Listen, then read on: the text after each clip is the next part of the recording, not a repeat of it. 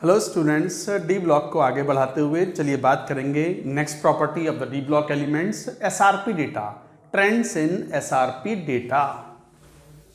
6 number, 5वीं property हमने पढ़ ली थी। Now 6th, trends in SRP values, standard reduction potentials की वैल्यूज। हालांकि एसआरपी हमें ये बताता है कोई स्पीशीज कितना अच्छा ऑक्सीडाइजिंग एजेंट या कितना अच्छा रिड्यूसिंग एजेंट है, और डी ब्लॉक में तो वाइड वैरायटी है। ट्रेंड्स भी बहुत रेगुलर ट्रेंड्स नहीं हैं, नो रेगुलर ट्रेंड्स, कोई रेगुलर ट्रेंड्स नहीं है। बट फिर भी इंडिविजुअल ऑक्सीडेशन स्टेट की स्टेबिलिटी काफी कुछ इस डेटा पे डिपेंड करती है।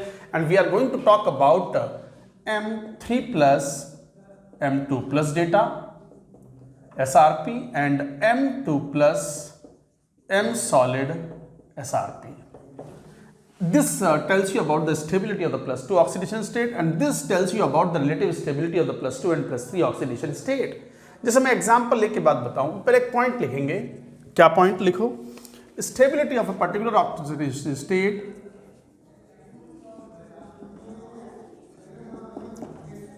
of a particular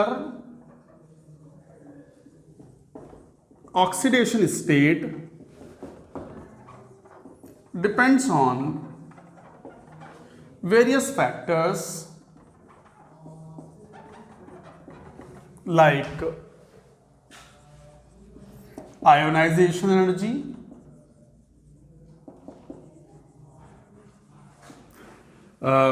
enthalpy of sublimation,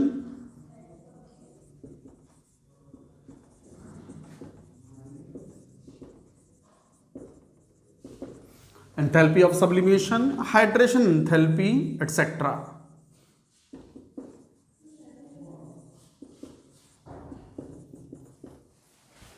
तो देखो बच्चों, यहां पर stability of the particular oxidation state depends on the various factors. कैसे, जरा ये भी देखो। चलो बात करते हैं formation of the +2 oxidation state of the D block metal.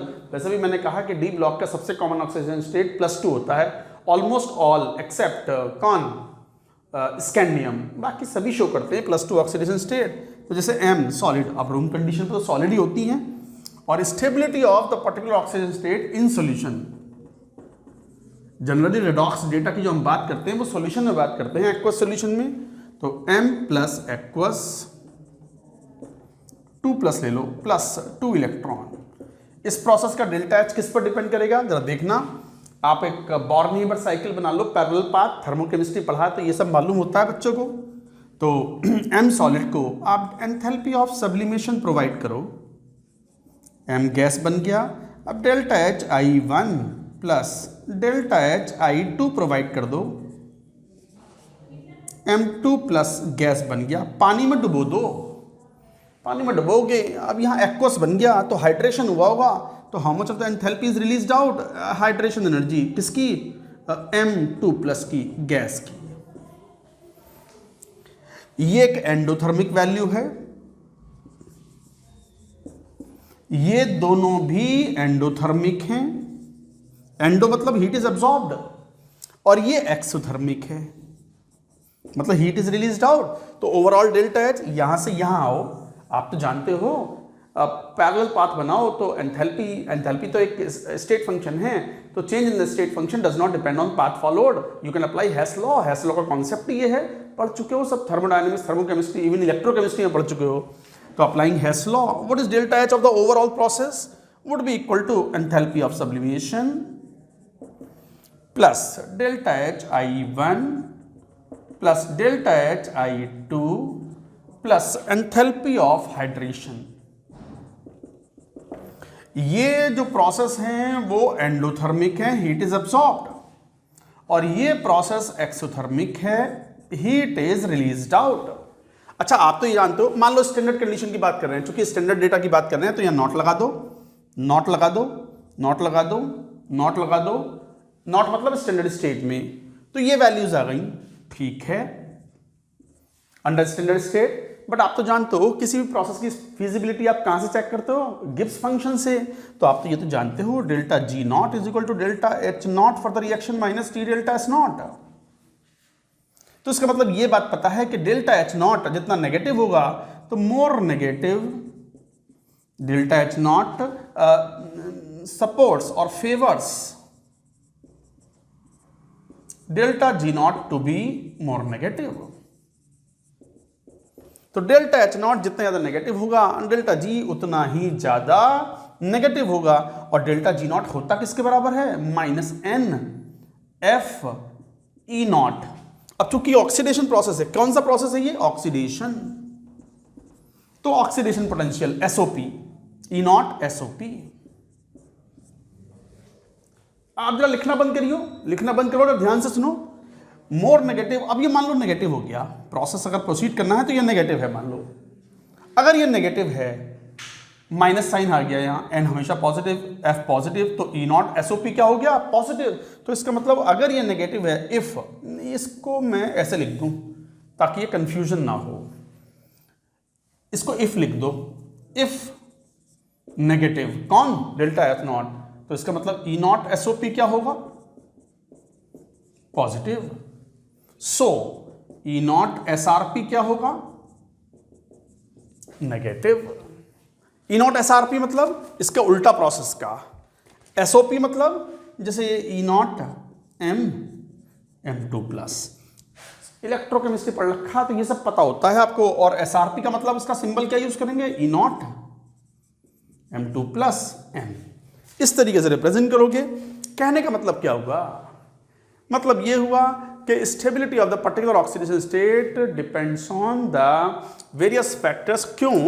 इस पूरे प्रोसेस में हमने एक बात देखी कि delta H naught is the result of sublimation, ionisation energy I1, I2 and hydration energy. ये एंडोथर्मिक, ये एंडोथर्मिक, ये एंडोथर्मिक, ये एक्सोथर्मिक। अच्छा, डेल्टा एच नॉट जितना ज्यादा नेगेटिव होगा it will support delta G naught to be highly negative. और delta G naught negative होगा तो minus N F E cell में एन पॉजिटिव है, एफ पॉजिटिव है, तो स्टैंडर्ड ऑक्सीडेशन पोटेंशियल पॉजिटिव हो जाएगा। और स्टैंडर्ड ऑक्सीडेशन पोटेंशियल अगर पॉजिटिव है तो रिडक्शन पोटेंशियल कितना होगा? एसआरपी कितना हो जाएगा? नेगेटिव। और डेल्टा जी अगर मान लो नेगेटिव है तो equilibrium will go in the forward direction. और इक्विलिब्रियम उस दिशा में जाता है जहां पर स्टेबल प्रोडक्ट बन रहा हूं। अगर मेटल बड़ी आसानी से M2 प्लस में कन्वर्ट हो रहा है, इसका मतलब M2 plus is a stable oxidation state. अरे कौन अपनी जिंदगी लंबे समय तक जी पाएगा जो स्टेबल होगा? तो M2 प्लस पानी में स्टेबल है यदि डेल्टा जी नॉट इस प्रोसेस का अच्छा खासा नेगेटिव हो।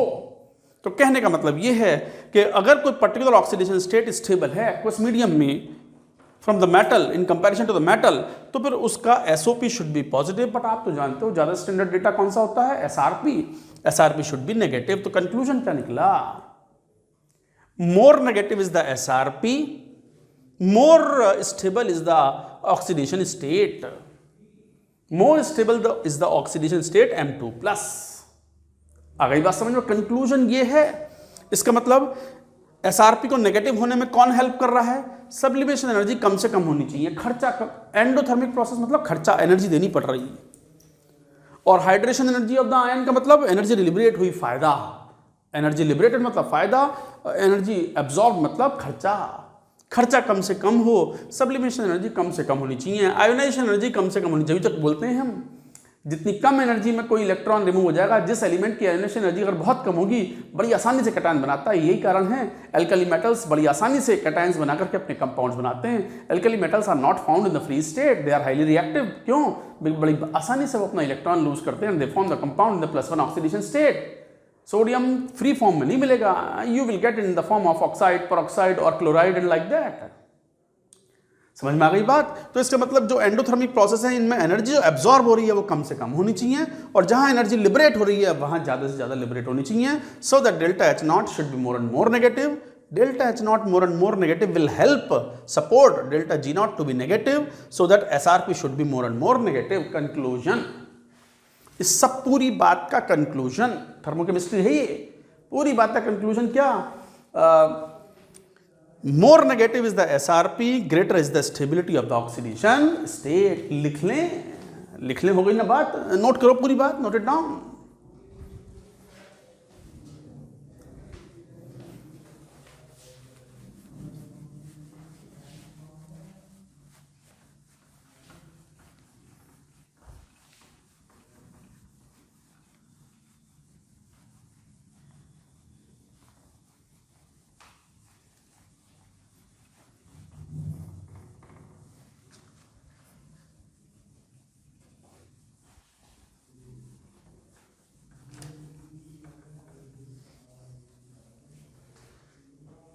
तो क्या कंक्लूजन?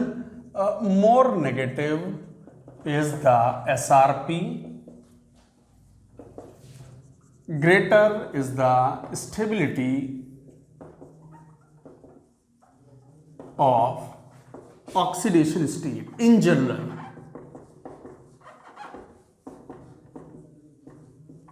ये जनरल स्टेटमेंट है क्योंकि बहुत सारे फैक्टर्स पे चीजें डिपेंड करती हैं एक्वस मीडियम में. तो more negative is the SRP, greater is the stability of the oxidation state in aqueous medium. तो एक्वस मीडियम में वो stability of the oxidation state will be more. तो अब इस बेसिस पर सिमिलरली अब जैसे M2 प्लस M का डेटा है सॉलिड, तो क्या बोलोगे आप? M2 plus is aqueous is stable if SRP is more negative or highly negative. Similarly, M3 plus M2 plus M solid, M या प्लेटिनम जो भी होगा, ये तो प्लेटिनम तो इलेक्ट्रॉन कैरियर है, तो इसमें ये क्या बोलोगे?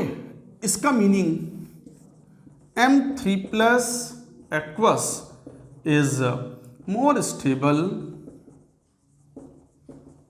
Then M2 plus aqueous if this SRP कौन? M3 प्लस M2 प्लस का प्लेटिनम इज हाईली नेगेटिव. ये मीनिंग हुआ इसका. तो अगर इस वाले पोटेंशियल की वैल्यू अगर काफी नेगेटिव है, SRP वैल्यू हाईली नेगेटिव है, तो इसका मतलब M3 plus is more stable और M2 plus is highly stable और more stable if SRP is highly negative. अब बात आती है कि डेटा के ऊपर कैसे पूछा जाए. अच्छा, जेई मेन तो कई बार भैया ऐसे ही पूछ लेता है. उन्होंने फैक्ट बेस्ड डेटा भी पूछ लिया कई बार क्वेश्चन में. बस 4 ऑप्शन दे दिया और कहा कि बताओ M3 प्लस का पोटेंशियल हाईएस्ट किसका है? कोबाल्ट का. शायद 2016 या 17 में जेई मेन ने सवाल पूछा हुआ है. तो पूछ तो कुछ भी लेता. अब तो एनसीईआरटी में से जो लिखा है ना कुछ भी पूछ सकते हैं, इसलिए एनसीईआरटी घोट दो, बढ़िया नंबर आते हैं, particularly from the inorganic chemistry और उसमें भी पर्टिकुलरली ब्लॉक केमिस्ट्री से. सो मैं एनसीईआरटी के मेजर इंपॉर्टेंट पॉइंट्स यहाँ कवर करने की कोशिश करता हूँ, लिखवाता हूँ. टाइम भी थोड़ा ज़्यादा लगता है, आपको भी लगता होगा बहुत ज़्यादा है ये तो, बट पढ़ना तो पड़ेगा. और फिर भी सारे पॉइंट में कवर नहीं कर पाता. कुछ पॉइंट्स तो ऐसे होते हैं जो आपको एनसीईआरटी से जरूर पढ़ने चाहिए. अभी तो बोलता हूँ नोट्स पढ़ो, लॉजिकल पॉइंट्स में सारे एक्सप्लेन कर दूंगा, बट फिर भी कुछ फैक्चुअल पॉइंट्स हैं जो रह जाएंगे, आपको एनसीईआरटी पढ़नी ही पड़ेगी. This is my sincere advice to all the serious students. जरा नोट करो, मैं डेटा एक बार लेता हूँ. Let's take the data.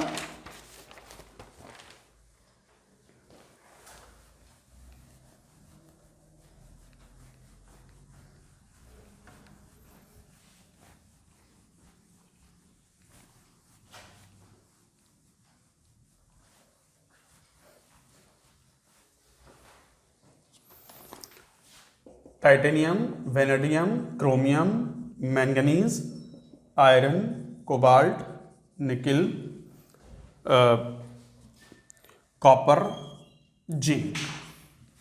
जरा देखना M3 प्लस M2 प्लस का डेटा, M2 प्लस M का डेटा. मैं डेटा लिख रहा हूं -0.37 वोल्ट. नहीं, डेटा रखने की जरूरत नहीं है, बट ट्रेंड्स पता होने चाहिए, कमेंट्स पता होने चाहिए. -0.41 volt, 1.57 volt, 0.77 volt, 1.97 volt. +3 is less common.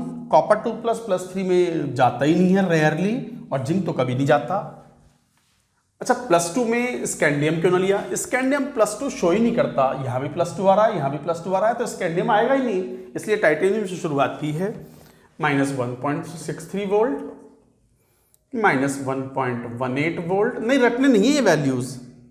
-0.90 volt, -1.18 volt, -0.44 volt, -0.28 volt, -0.25 volt, 0.34 volt minus 0.76 volt. ये दोनों वैल्यू याद होती हैं because of the Daniell cell. Daniell cell zinc और कॉपर के तो बने हुए होते हैं, तो बच्चों को इलेक्ट्रोकेमिस्ट्री में ये वैल्यू याद होती है। जरा देखो ये वैल्यूज थी यहां, देखना जरा +3 और +2 ऑक्सीडेशन स्टेट की स्टेबिलिटी को कंपेयर करो, तो जहां नेगेटिव हैं ये इंडिकेट करते हैं कि these three in values indicate that M3+ is more stable than M2+। तो M3+ is more stable, but यहां जरा देखिए ये तो हाईली पॉजिटिव वैल्यू है। जेई में क्वेश्चन क्या था? जेई में क्वेश्चन यही था, which of the following has the +3+2 potential maximum? Answer was cobalt, 1.97 volt, it is maximum. तो यहां पर साफ दिखता है कि ये पॉजिटिव वैल्यूज हैं SRP की, और पॉजिटिव वैल्यू का मतलब M3+ is less stable, M2+ is more stable. तो M2+ is more stable then M3+। अच्छा, इधर +2 की बात आओ तो +2 में साफ दिखाई पड़ता है कि titanium +2 is highly stable, vanadium 2+ is stable, chromium is not that much stable, बल्कि क्रोमियम 3+ इज मोर स्टेबल, क्योंकि +2 और +3 में, और मेटल के कंपैरिजन में मेटल +2 में कन्वर्ट होता ही नहीं, वो +3 में कन्वर्ट हो जाता है, क्योंकि +3 इज मोर स्टेबल देन +2। तो उसके बेसिस पर हम ये सब बातें कहते हैं। अच्छा, कॉपर का भी बड़ा एक एक्सेप्शनल पॉइंट है, केवल कॉपर ही +2 का पोटेंशियल पॉजिटिव है, indicating that copper has noble nature, it has less tendency to react, that's why dilute acid के साथ वो हाइड्रोजन लिबरेट नहीं करता। हाँ, ऑक्सीडाइजिंग एसिड्स के साथ रिएक्शन करता है, तो it converts to the +2 oxidation state. Like that many important points will come, लिखो एज ए नोट। कई सारे इंपॉर्टेंट पॉइंट्स आएंगे जिनको हमें नोट के रूप में यहाँ लिखना है। जैसे एक्वस सॉल्यूशन में पहला, in aqueous solution cobalt 2+ is more stable and cobalt 3+ is highly unstable. However, note that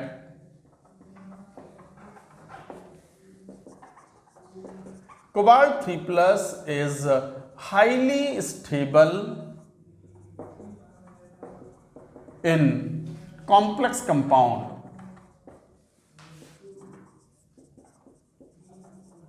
With complex compounds due to high CFSE release। याद पढ़ रहे हैं terms? CFSE crystal field stabilization energy. पानी में अगर केवल बात करें तो cobalt 2+ is more stable than cobalt 3+ पानी में, बट अगर कॉम्प्लेक्सिंग लिगेंड की प्रेजेंस में कॉम्प्लेक्स के लिए बात करें तो cobalt 3+ forms more stable complex than cobalt 2+। याद करो वो CO कौन NH3 3+, और छोड़ो एक्सेप्शन भी थे, वो कोबाल्ट कौन H2O 3+, और कौन कोबाल्ट C2O4 थ्राइस बाइडेंटेट है ना 3-। ये तीनों ही कॉम्प्लेक्स, इसमें CFS release is quite high and inner orbital complex हैं D2sp3 diamagnetic complexes.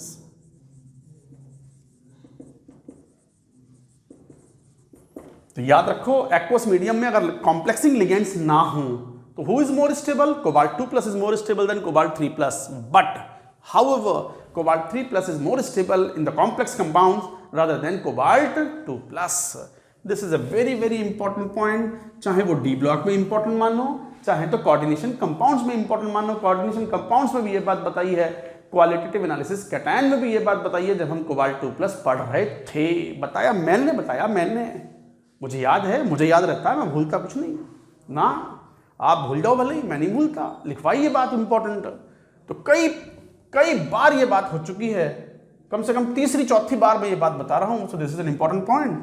Second, NCERT में भले ही लैंग्वेज इस तरह की ना हो, तो मैं तो सारे चैप्टर्स को मिला करके जो पॉइंट्स होते हैं वो एक्सप्लेन करने की कोशिश करता हूं, ताकि स्टूडेंट्स, हो सकता है कोई स्टूडेंट ने कोऑर्डिनेशन अच्छे से ना पढ़ी हो और वो कहे ये क्या है, व्हाट इज CFSE, तो उसका मेरे पास कोई इलाज नहीं है। जेई एडवांस के लिए पढ़ रहा हो, इसमें जेई मेन भी कवर होता है, पढ़ाई तो अच्छे से करनी पड़ेगी। गाइस नोट करो, सेकंड इंपॉर्टेंट पॉइंट, देखो कॉपर के लिए पॉजिटिव SRP किसका, कॉपर 2 प्लस, कॉपर का 0.34 volt indicates copper has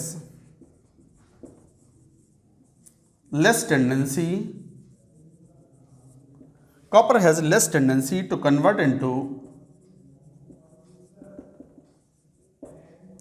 copper 2 plus. Cu does not liberate H2 gas with dilute acids, reacts with dilute HCl कर दो यहाँ, dilute HCl non oxidizing acids, reacts with oxidizing acids like HNO3 और concentrate H2SO4। तो dilute acid से hydrogen liberate नहीं कर पाता क्योंकि कॉपर की रिएक्टिविटी कम है, और वैसे भी पता है इलेक्ट्रोकेमिकल सीरीज में कॉपर की पोजीशन हाइड्रोजन से नीचे है, नोबल मेटल्स में काउंट कर लेते हैं इसको हम, तो it has a low reactivity and that's why positive value इस बात को भी इंडिकेट करता है।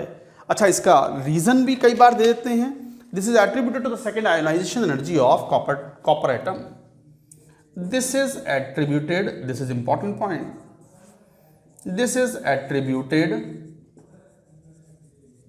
to high second ionization energy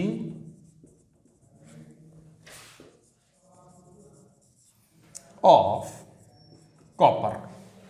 second ionization energy of copper वो क्यों है? Because of the stable configuration. पहला इलेक्ट्रॉन तो रिमूव हो जाता है, कॉन्फ़िगरेशन ध्यान दो, 3d10 4s1, 4s वाला तो रिमूव हो गया, अब 3d आ गया, अब तो स्टेबल कॉन्फ़िगरेशन है, फुल्ली फिल्ड, अब ना होगा आसानी से सेकेंड इलेक्ट्रॉन।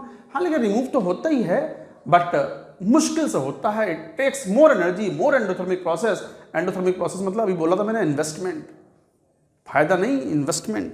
तो ये इंपॉर्टेंट पॉइंट्स हैं, आप पूरी बात समझ के चल रहे होंगे तब ये सारी बातें समझ में आएंगी। थोड़ा कॉम्प्लेक्स सा है ये, पॉइंट्स याद भी करने पड़ेंगे, बार बार 4-5 बार पढ़ लो सब याद हो जाएगा। Note it down, more points we will talk about.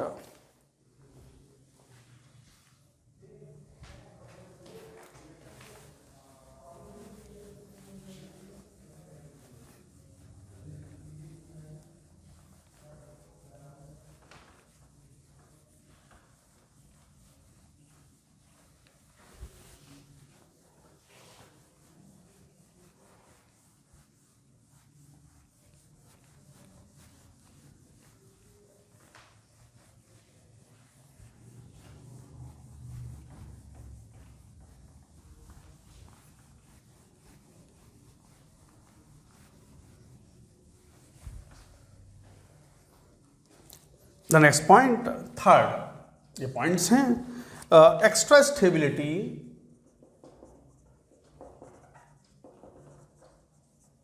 Of Mn2 plus is due to half filled stable configuration। Mn2 का कॉन्फ़िगरेशन क्या है भैया? 3d54s0। तो स्टेबल कॉन्फ़िगरेशन की वजह से Mn2 प्लस ज़्यादा स्टेबल है Mn3 प्लस से। इनफैक्ट ये बड़ा एक इंपॉर्टेंट पॉइंट है, वेरी इंपॉर्टेंट, एनसीईआरटी में मेंशन है ये। क्या? मान लो क्वेश्चन के रूप में, explain why Mn3 plus is a powerful oxidizing agent and chromium 2 plus is a powerful reducing agent। powerful reducing agent। Reason आप ये बोलोगे कि Mn3 प्लस एक पावरफुल ऑक्सीडाइजिंग एजेंट इसलिए है, is a powerful oxidizing agent मतलब less stable. कोई अगर पावरफुल ऑक्सीडाइजिंग एजेंट है तो वो अनस्टेबल कंपाउंड है, मरा जा रहा है वो, दूसरों को ऑक्सीडाइज करके खुद रिड्यूस होने में। and is a powerful oxidizing agent and converts into more stable।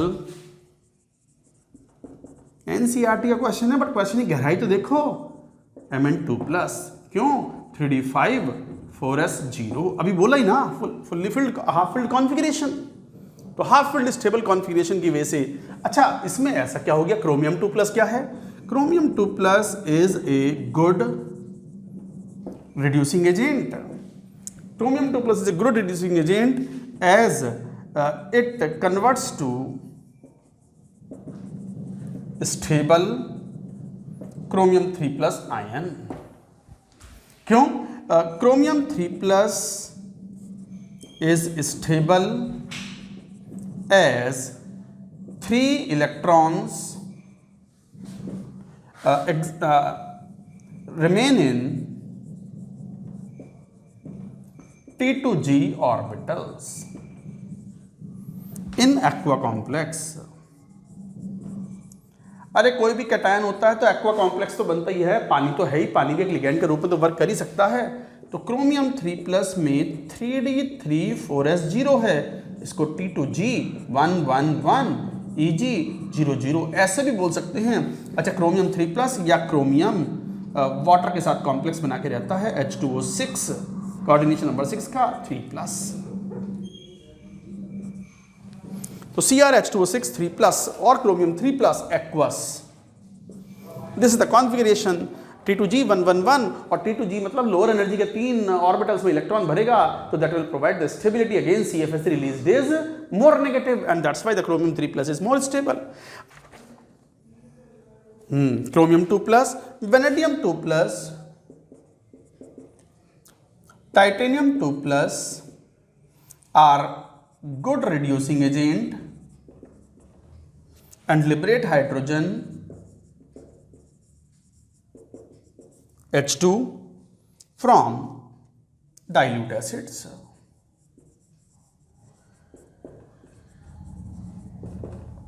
जैसे 2Cr2 प्लस H प्लस से रिएक्शन कराओ डाइल्यूट एसिड से, तो converts to 2Cr3 plus and H2 is evolved out.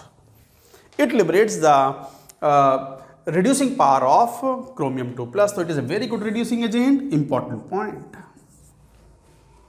सब important points हैं ये NCERT के हैं, मैं NCERT से ही पढ़ा रहा हूँ। NCERT is a kind of bible for the block chemistry। बड़ी बड़ी बातें लिख देते हैं वो, फिर डिकोड अपने हिसाब से करते रहो, तो I am trying to decode it, that's why I am taking more time, I am taking your more time. आपको भी समय लग रहा होगा तो बहुत सारे गहरे गहरे पॉइंट हैं, क्वेश्चन तो इनमें से ढूंढ ढूंढ के आते हैं। अब लिखो, नोट करो, दीज आर द पॉइंट्स, और some more points we will take.